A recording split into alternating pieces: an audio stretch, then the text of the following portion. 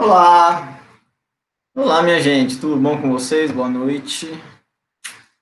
Por favor, me respondam se vocês me veem bem, me ouvem bem, para a gente poder começar. Espero que esteja tudo bem na medida do possível.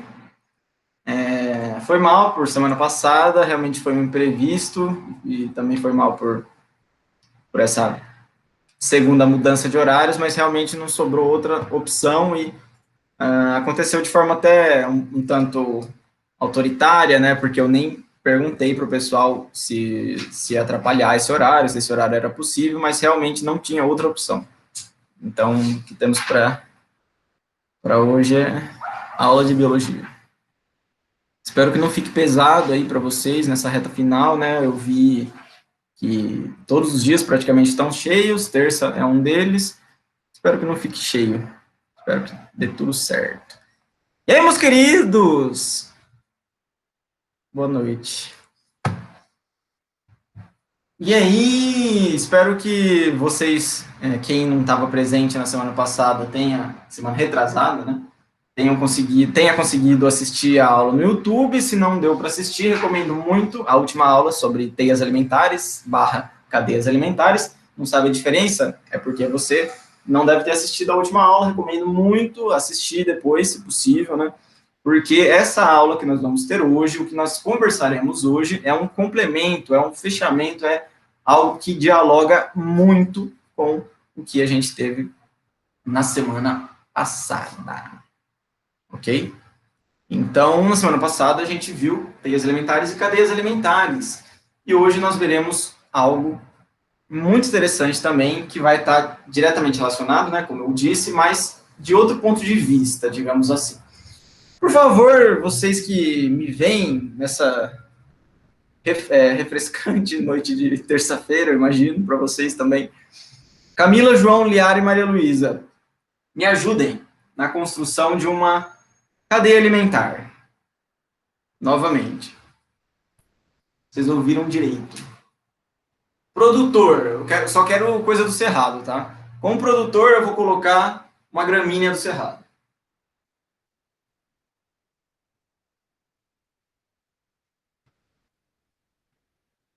Produtores são seres autótrofos, lembrando, né? Normalmente são vegetais. Em ambiente terrestre, normalmente plantas. Em ambiente aquático, principalmente fitoplâncton. Mas também a gente tem algas, né? Macroscópicas, grandes, enfim, enormes. Me ajudem com um consumidor primário que seja capaz de se alimentar de gramíneas, de grama.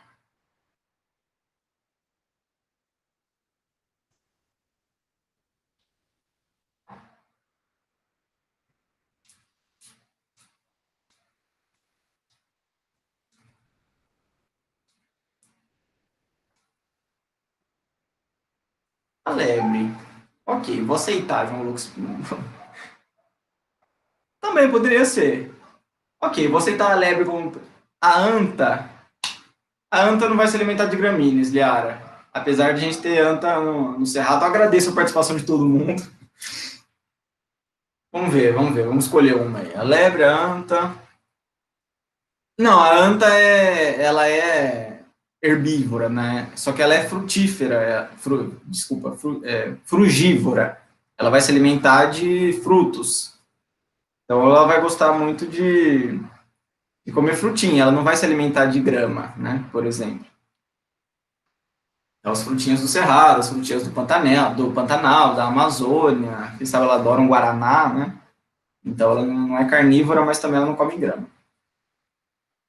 A lebre não é um animal do Cerrado, mas eu vou aceitar a sua lebre, João Lucas, porque você foi o primeiro a comentar. Mas obrigado aí pela participação de todo mundo. A lebre do João Lucas.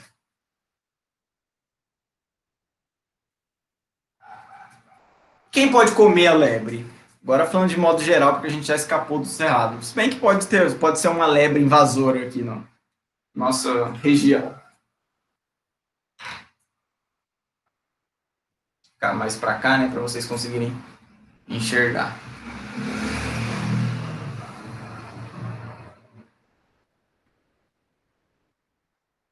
A anta é muito legal mesmo. É um animal interessantíssimo. E ao contrário do que o xingamento anta indica, ela é um animal muito inteligente. A cobra, uma cobra qualquer, uma serpente no geral. Vamos imaginar que a gente tá falando de uma gramínea do cerrado, é uma lebre exótica, né, uma espécie europeia que foi introduzida aqui, o que não é nada, nenhuma surpresa. E a gente vai ter uma serpente do cerrado se alimentando da lebre. Vamos pensar uma jararaca.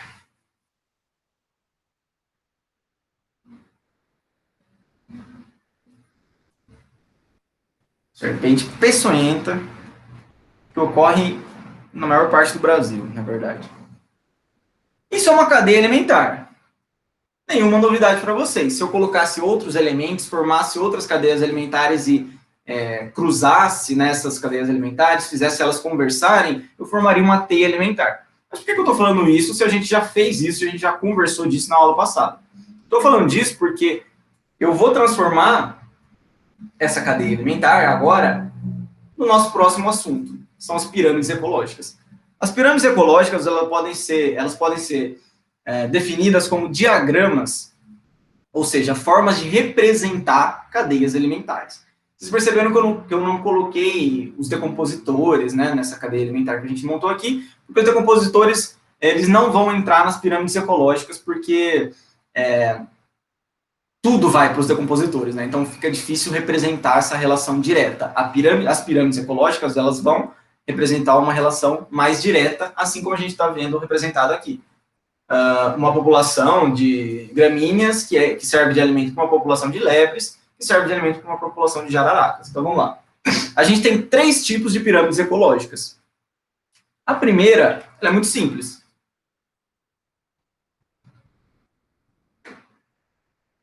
Desliguei meu negócio aqui.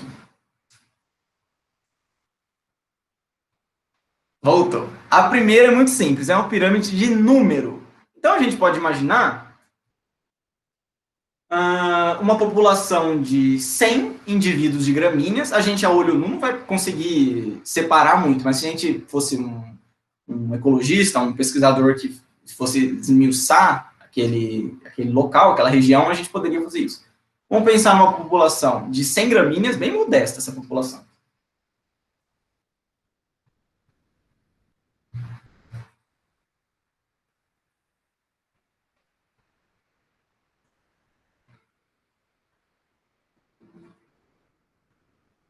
Eu começo sempre de baixo a pirâmide, o produtor sempre vai estar embaixo, não importa o que aconteça. Os produtores sempre são a base da pirâmide.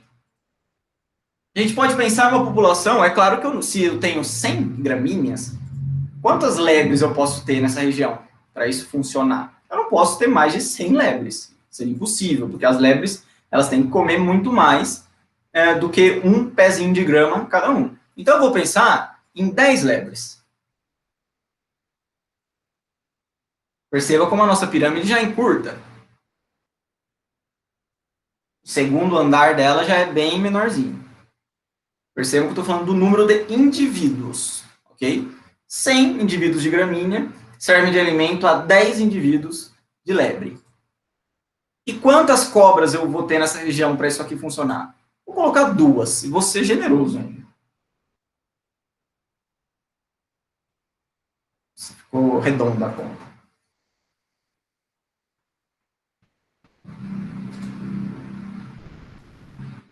Perfeito, montei minha pirâmide de número da cadeia citada, da cadeia que a gente montou juntos.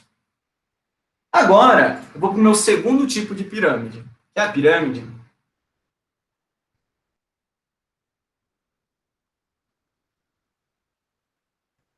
de biomassa. Biomassa, massa de seres vivos. Como o nome indica, eu estou me referindo a que a gente vulgarmente chama de peso, né? Mas a massa de produto vivo que pode servir como alimento, por exemplo. Então, muitas vezes também a gente se refere à massa seca. Então, eu estou excluindo a água, por exemplo, eu tenho 65 quilos, 70 quilos, mais ou menos. Qual que é a minha biomassa? Com certeza não é 70 quilos, porque eu tenho muita água no corpo. Talvez minha biomassa gire em torno de 15, 20 quilos. Essa é a biomassa do Luiz Gustavo. Quanto será que é a biomassa das nossas gramíneas? Não é pouca. Não é pouca, não. Pode parecer pouco porque é uma grama, mas a gente tem que pensar que são 100 indivíduos de grama, ok? Então, a pirâmide vai ser desenhada, ela vai se parecer muito com a nossa pirâmide de número ali. Eu tenho determinada biomassa de grama, que vai servir de alimento para uma determinada biomassa de lebre, que tem que ser um pouco menor para isso ser sustentável, digamos assim, né? Para isso funcionar, senão as populações entram em colapso rapidamente. E essa biomassa de lebre vai sustentar uma menor biomassa ainda de araracas, de serpentes.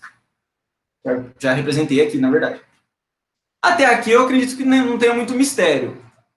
Até aqui as coisas fazem muito sentido, são muito claras, acredito eu. Por favor, anotem as suas dúvidas aí para a gente também rever tudo isso, porque são conceitos, são poucos conceitos, mas nem sempre eles são tão óbvios, né? Eles não são óbvios, na verdade. Apesar de não ser um conteúdo dos mais difíceis, nem sempre é fácil. E claro, né, o fácil e o difícil é muito relativo. Para mim, fazer Bhaskara é muito difícil. E a gente tem um terceiro tipo de pirâmide, que são as pirâmides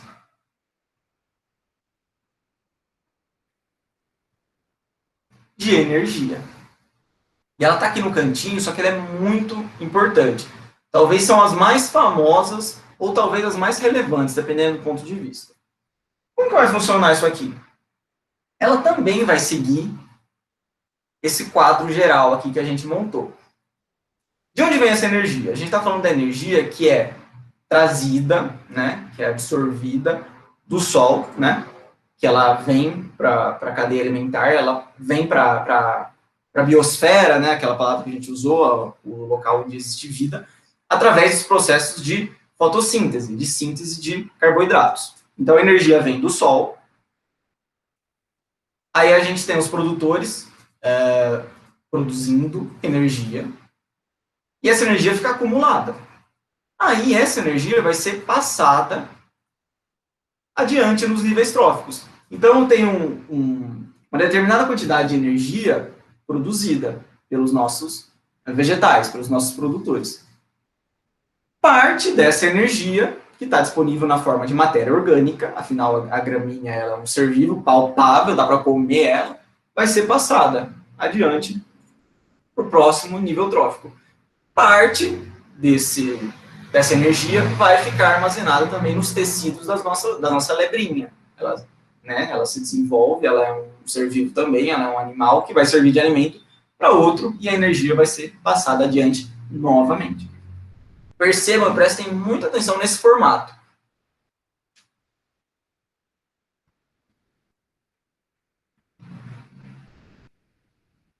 Eu tenho muita energia, relativamente falando, no nível trófico dos produtores.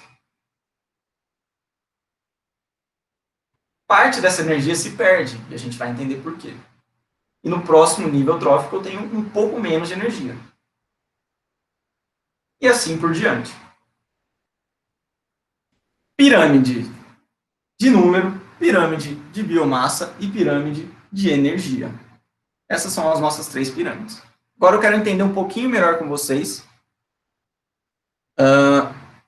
Essas foram pirâmides que a gente construiu aqui. Essa cadeia alimentar ela é muito básica, digamos assim. É muito comum também. Ela pode aparecer muito. Mas existem algumas pirâmides atípicas. Vamos entender por quê.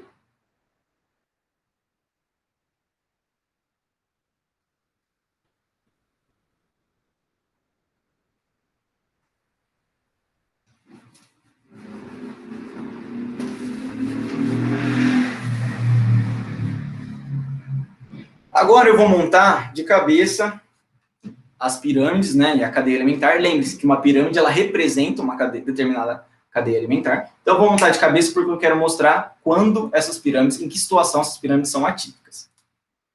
O que a gente montou são pirâmides totalmente típicas. Elas têm esse formato aqui. A base é muito larga, o meio é um pouco menos largo e o ápice é o menos largo, é o mais estreito. Então, quando eu penso uma pirâmide de número, falando primeiro, qual que é o comum? Muitas gramíneas servem de alimento a um número de herbívoros um pouco menor, e esses herbívoros servem de alimento a um número menor ainda de carnívoros.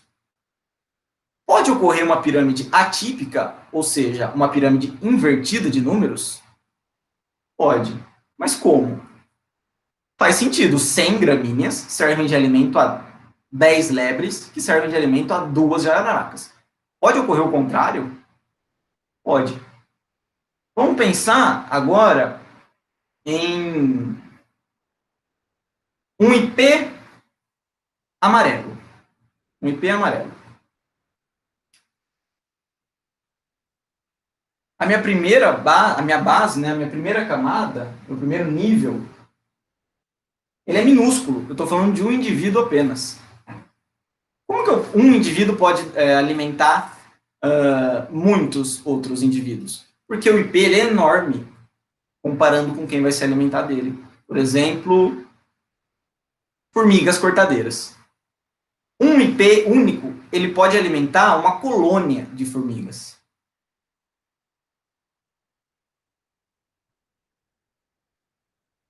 Olha o tamanho do nosso segundo nível trófico. E essa colônia de formigas, ela vai poder alimentar um número interessante de tamanduás, por exemplo. Não é nem tão grande quanto o número de indivíduos que existe na colônia, e não é nem tão pequeno quanto o número de produtores aqui nessa pirâmide única, que está tratando de um animal de um ser vivo muito grande. O IP ele é muito grande para os outros animais que a gente está falando aqui. Para formigas. Então, um único IP consegue alimentar dezenas, centenas, milhares, quem sabe milhões de formigas cortadeiras. Ok? Então, essa é uma pirâmide invertida de número. Mas será que em biomassa isso pode acontecer? Parece menos provável, né? Porque realmente, se a gente fizer de biomassa, essa aqui que eu citei para vocês, o IP é 1, mas ele é enorme. Então, a biomassa dele é enorme também. Pode inverter. Em uma situação que essa é muito famosa. E não é raro cair em vestibular. Então, atenção. Vou representar de novo bem pequenininho aqui uma básica. O mesmo exemplo que eu usei aqui, só que agora em biomassa. O IP, ele tem muita massa. Ele é muito pesado. E ele vai alimentar as formigas, que são leves, mas elas são milhões. Então, elas acabam ficando pesadas também. E vai alimentar uma população, ou alguns, tamanduás. Tamanduá mirim, tamanduá bandeira, enfim. Vocês decidam. Uma pirâmide típica, uma pirâmide comum. Pode inverter? Pode. Quando? Nos ecossistemas marinhos, a gente não tem plantas de grande porte. A gente não tem IP, a gente não tem pau-brasil, a gente não tem vegetais de grande porte. Quem domina, quem são os principais responsáveis pela fotossíntese nos ecossistemas aquáticos? Fitoplâncton. Algas unicelulares, algas microscópicas. O que acontece? O fitoplâncton, que é representado, como eu disse, principalmente por algas microscópicas, essas algas, elas têm um ciclo de vida muito rápido. Elas se reproduzem muito rapidamente. Então, acontece um fenômeno muito interessante nos ecossistemas aquáticos, onde um grupo com relativa baixa biomassa consegue alimentar um grupo com maior massa. O fitoplâncton, que são algas unicelulares principalmente, é capaz de alimentar o zooplâncton, que é representado, entre outros seres vivos, por pequenos crustáceos, os crios, representam o zooplâncton mais famoso, provavelmente. São comidos por baleias, por outros peixes. E como eu já estou dando a colher de sopa aqui, né? Essa população de zooplâncton é capaz de alimentar uma camada acima de peixes. Como é possível o fitoplâncton, que tem pouca biomassa, alimentar uma população ou um grupo com maior biomassa? Justamente porque o ciclo de vida do fitoplâncton ele é tão rápido que a população consegue alimentar o nível trófico superior e não se extinguir. Então, eles se reproduzem tão rapidamente, tão rapidamente, tão rapidamente, que enquanto eles estão alimentando o nível trófico superior, eles já estão dando origem a muitos, muitos, muitos mais. Então, essa comunidade, né, esse conjunto de espécies que convivem, ele se mantém estável, mesmo nessa situação extraordinária, ok? Então, a pirâmide de biomassa também inverte. Aí eu pergunto para vocês, vamos manter aqui esse exemplo da árvore que eu gostei. Um IP, agora falando de pirâmides de energia. Um IP que produz muita energia, né, capta muita energia a partir da fotossíntese.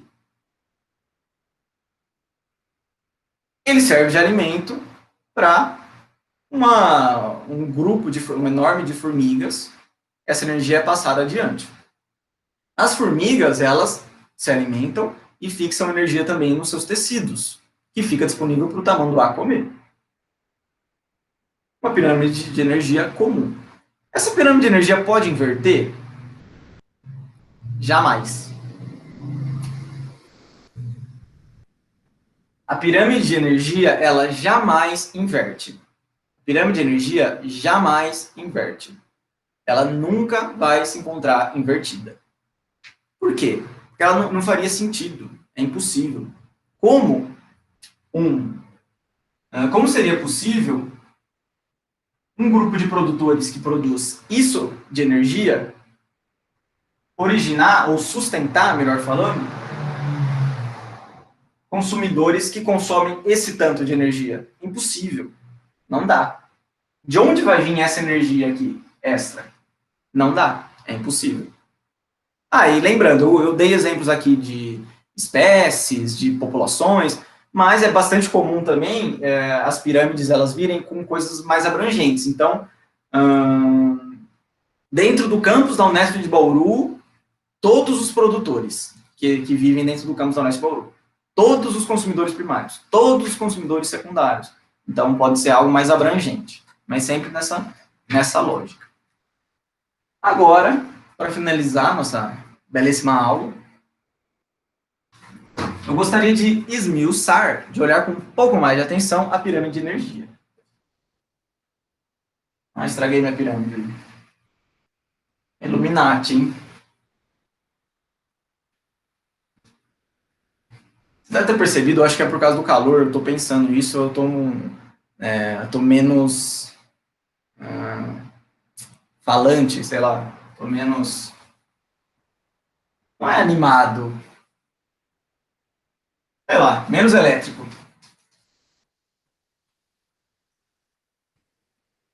Vejamos a nossa pirâmide de energia.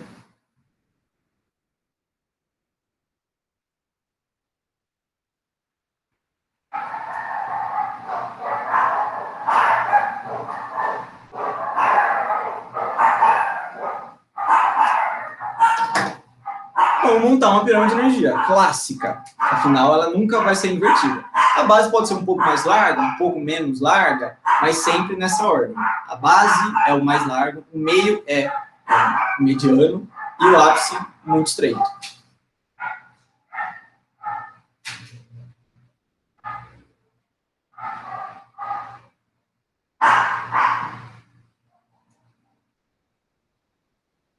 Percebam. Ficou um pouco torto, mas isso não vai atrapalhar a gente.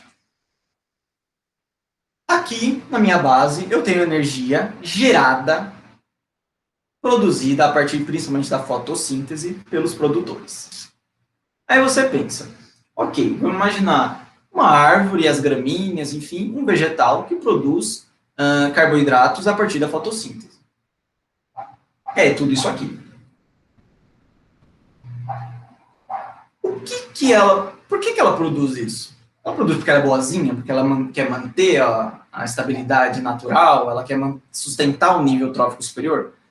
Obviamente não. Ela produz porque ela precisa se alimentar. E ela produz porque ela precisa se alimentar e crescer e se desenvolver. Então percebam que a gente come também. Só que percebam, se você come, você engorda. Só que se eu comer 1 quilo de lanche agora, 1 quilo de qualquer comida, esse 1 quilo, ele não vai totalmente para minhas gorduras. Eu não vou engordar 1 quilo a partir de 1 quilo de alimento.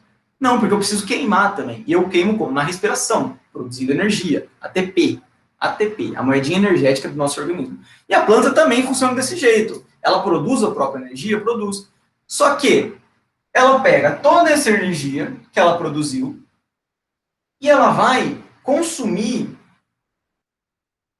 na hora ou rapidamente. E tudo isso que ela consome, ela gasta na respiração, produzindo ATP para sobreviver. Então, isso aqui não fica disponível para ela. O que fica disponível para o... Desculpa. Isso aqui não fica disponível para o próximo nível trófico. Tudo está disponível para a planta. Ela gasta uma parte e o resto, que está em branco aqui, ela fixa nos seus tecidos. Porque o que sobra, ela vai fazer folha, ela vai fazer fruto, ela vai fazer um caule mais comprido, um caule mais robusto, enfim, ela vai se desenvolver, ela vai crescer. Então, nem tudo que a planta produz vai ficar disponível para o consumidor primário, para o próximo nível trófico. Por que eu estou falando isso? Porque só entendendo isso é possível entender o conceito de produtividade. Para tudo isso aqui, eu dou o nome de produtividade primária bruta.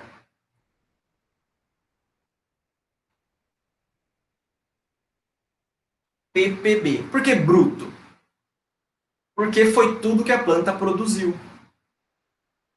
Aí, ela gasta o que ela precisa para sobreviver, através da respiração. E o que sobra? A produtividade primária líquida.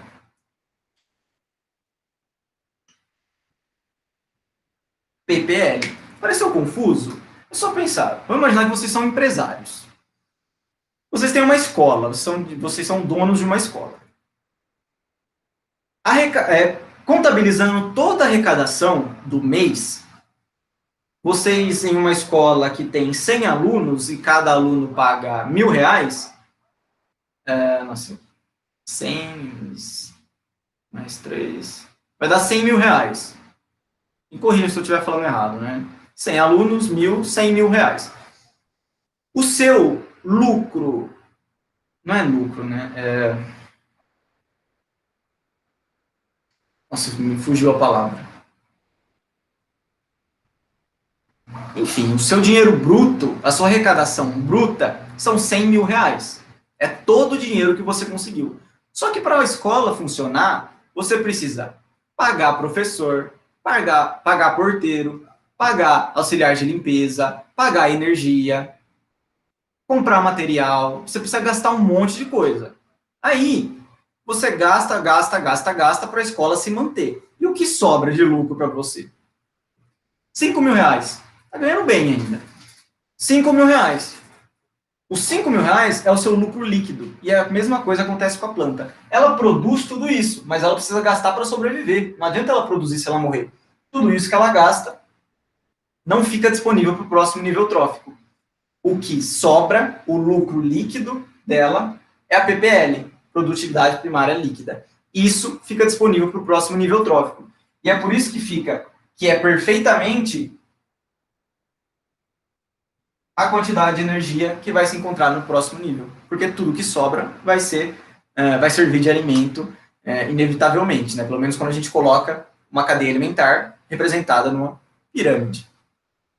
E a gente poderia continuar esse raciocínio. Produtividade primária bruta, produtividade secundária bruta. É tudo que o meu segundo nível consome. Como eu falei, eu comi 1 quilo de alimentos. Eu vou passar, se alguém quiser, se eu for fazer um camping e tiver uma onça pintada para mim comer, essa onça pintada ela não vai ter acesso a 1 quilo inteiro que eu comi ontem na minha janta. Por quê? Parte desse 1 quilo eu vou consumir para eu me manter vivo. Ok? Então nem tudo vai ficar disponível para a onça pintada me devorar e se aproveitar dessa energia. É claro que os animais ainda eles têm um outro fator. Além de respirar, eles não consomem tudo. Eles cagam, tá? Eles defecam, eles não conseguem se aproveitar de todo o alimento que eles consomem. Nós, animais, a gente caga. Então tem esse outro pouquinho aí que não fica disponível para o próximo nível trófico. E aqui encerramos, meus queridos. Espero que tenha ficado claro o conceito das pirâmides, para que servem as pirâmides, como se montar, como identificar as pirâmides. Espero que tenha ficado claro o conceito de produtividade, porque a respiração ela vai queimar a produtividade primária bruta e porque a produtividade... Vou até escrever essa formulinha. A produtividade primária bruta ela é igual à produtividade primária líquida mais a respiração.